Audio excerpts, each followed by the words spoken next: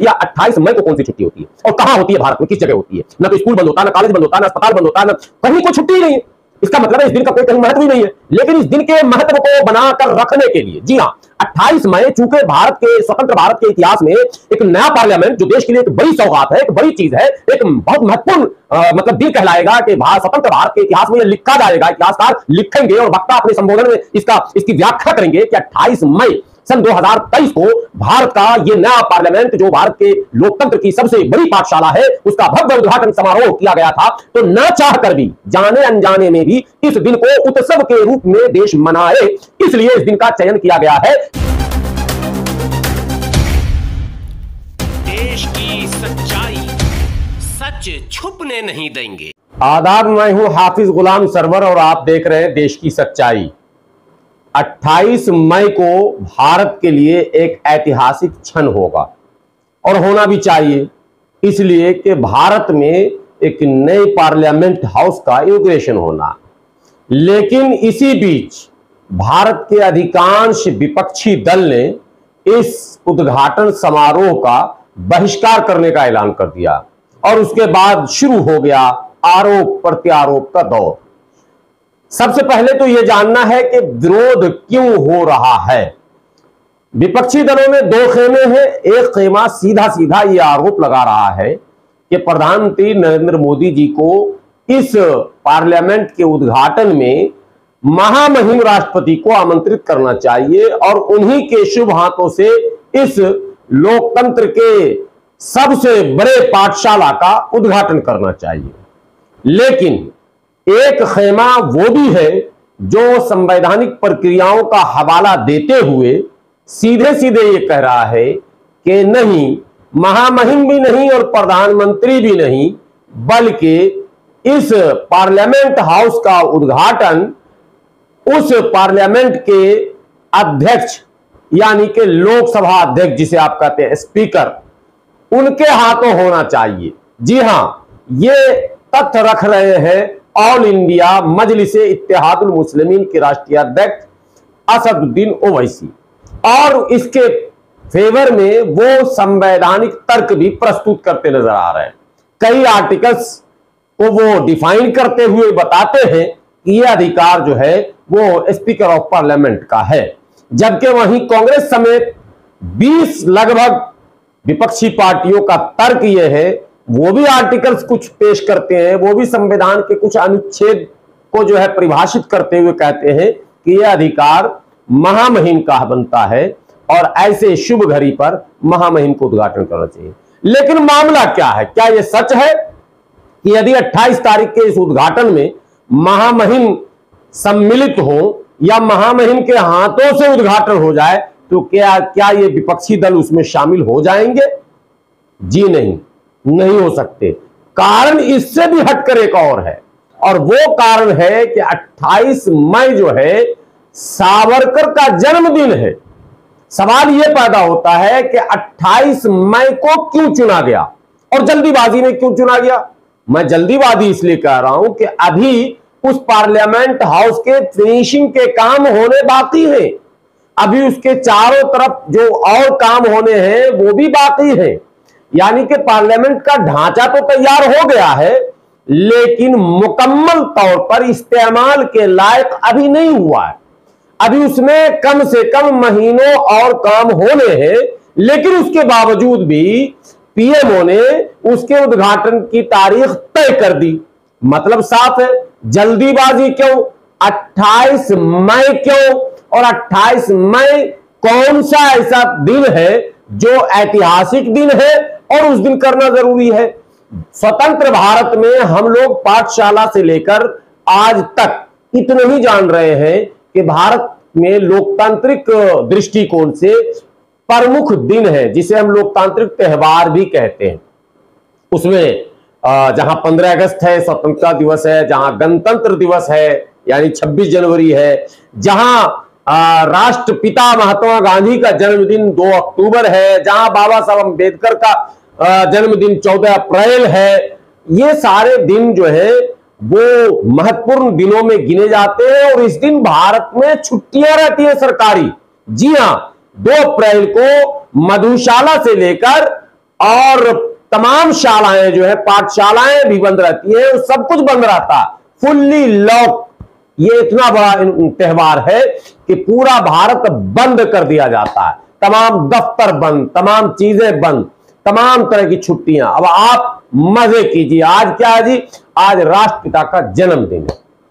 6 दिसंबर को भी पुण्यतिथि पर अगर आप कहें तो देश की एक बड़ी आबादी एक उत्सव मनाती है, और 14 अप्रैल को तो महा उत्सव होता है और छुट्टियां होती हैं, बैंक भी बंद होते हैं, पाठशालाएं बंद रहती हैं, तमाम एजुकेशन सिस्टम को रोक दिया जाता है, तमाम तरह की चीजों को जो है बंद कर दिया जाता है, छुट्टी दे दी जाती है। भैया 28 मई को कौन सी छुट्टी होती है और कहां होती है? भारत में किस जगह होती है? ना तो स्कूल बंद होता, ना कॉलेज बंद होता, ना अस्पताल बंद होता, ना कहीं कोई छुट्टी ही नहीं है।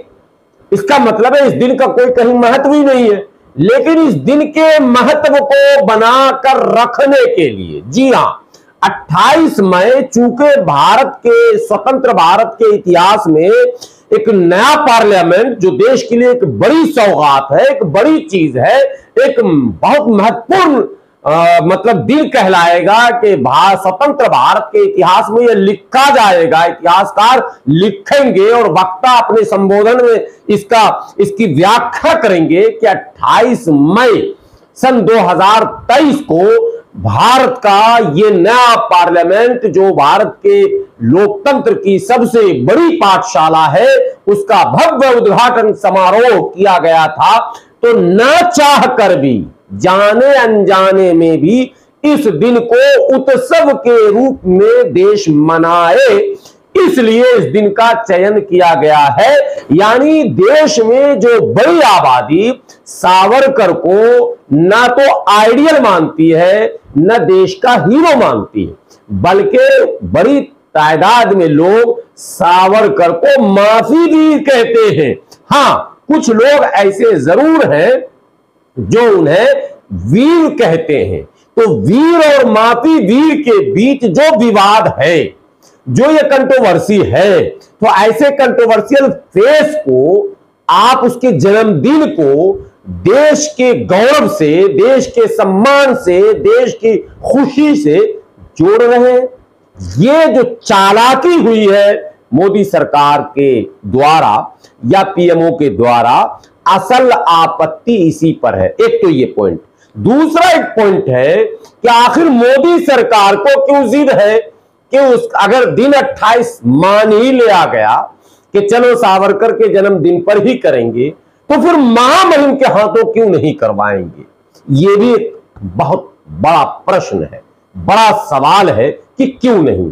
जी हां, ये सवाल पत्थर से आकर जुड़ जाता है।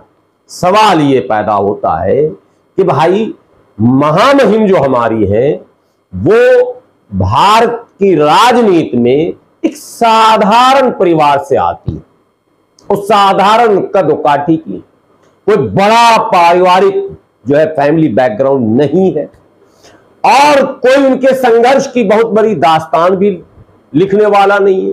वो तो भला हो जब आप महामहिम चुन ली गई तब आपके विषय में बहुत सारी जानकारियां सार्वजनिक हुई, लेकिन हमारे महामहिम के बाद जो भारत के लोकतंत्र में राष्ट्र प्रमुख होता है, लोकतांत्रिक प्रमुख कह लें आप, वो प्रधानमंत्री होते हैं। और प्रधानमंत्री के विषय में 25 साल 30 साल से देश को यह बताया जा रहा है, और पिछले 10 वर्षों में तो जन जन को यह बता दिया गया कि चाय वाले का बेटा देश के नवनिर्माण में, देश के उत्थान में, देश की उन्नति में, देश के विकास में मील का पत्थर साबित होगा। ऐसा नेता तो भारत में पैदा ही नहीं हुआ कभी। भारत में पहली बार ये एक अवतार है जो गुजरात की धरती पर पैदा हुआ, और इसको भारत के लिए ही ऊपर वाले ने पैदा किया, और ये भारत का नेतृत्व करेगा और भारत को विश्व गुरु बना देगा।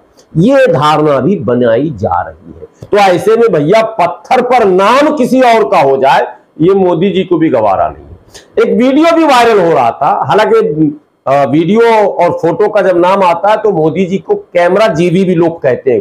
कुछ मुट्ठी भर लोग ऐसे भी भारत में हैं जो कैमरा जीवी कहते हैं। एक वीडियो ऐसा भी वायरल हुआ कि भगवान गणेश की तस्वीर कोई मोदी जी को भेंट दे रहा है। अब साहब वो भगवान की तस्वीर भेज दे रहा, लेकिन वो फ्रंट से सीधा जा रहा देने, कैमरे के बीच में आ गया, तो उसे हाथ से मोदी जी ने अलग किया। भाई भगवान अपनी जगह है, मेरा कैमरा में अपनी जगह है, मेरी तस्वीर नहीं हटनी चाहिए।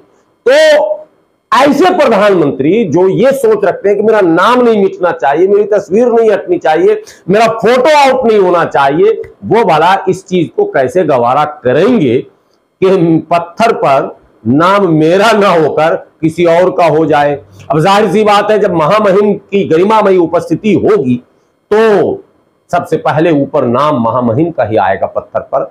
यह स्वाभाविक है और संवैधानिक है। महामहिम के मौजूद रहते हुए प्रधानमंत्री जी कोई ऐसा काम कर ही नहीं सकते जो असंवैधानिक हो जाए, चूंकि एक प्रोटोकॉल है राष्ट्रपति का और उसको वो तोड़ नहीं सकते। इसलिए पहले ही तय हो गया कि प्रोटोकॉल के चक्कर में पड़ना ही नहीं है, न महामहिम राष्ट्रपति को बुलाना न उपराष्ट्रपति को बुलाना। स्वयं फीता काटेंगे, स्वयं भाषण करेंगे और अपना पत्थर पर बड़ा सा नाम लिखेंगे, युग पुरुष भारत के यशस्वी प्रधानमंत्री आदरणीय श्री श्री नरेंद्र मोदी जी के कर कमलों द्वारा भारत के गौरव और भारत की शान, भारत का नव निर्मित पार्लियामेंट यानी संसद भवन का श्री गणेश और उद्घाटन किया गया। दिनांक इतना इतना, ये भी याद रखिएगा, दिनांक 28 मई यानी सावरकर का जन्मदिन, ये भी उसमें मेंशन कर दिया जाएगा। सावरकर का जन्मदिन लिखा नहीं जाएगा,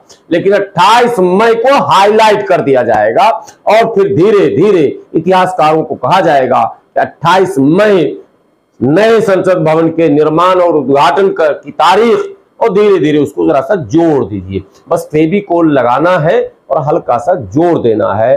फेविक्विक नहीं लगेगा, इसमें कोल लगेगा। क्विक तो जल्दी जुड़ जाता, ये धीरे धीरे जोड़ेंगे और पक्का जोड़ लगा देंगे। आने वाली पीढ़ी को ये पता चल जाएगा कि वाकई सावरकर वीर थे, तभी तो उनके जन्मदिन पर इतने बड़े पार्लियामेंट हाउस का उद्घाटन होता है। मामला आपको समझ में आ गया होगा।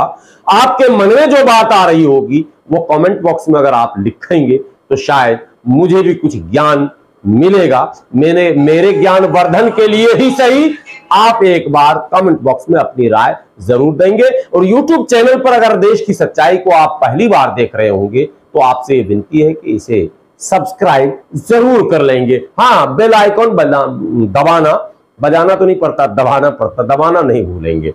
और वीडियो अगर वाकई बेहतर लगे कि मेरी मेहनत सही है और मैं जिस दिशा में इस बात को लेकर जाना चाहता हूं वो दिशा भी सही है, तो इसे शेयर करने से भी चूकेंगे नहीं।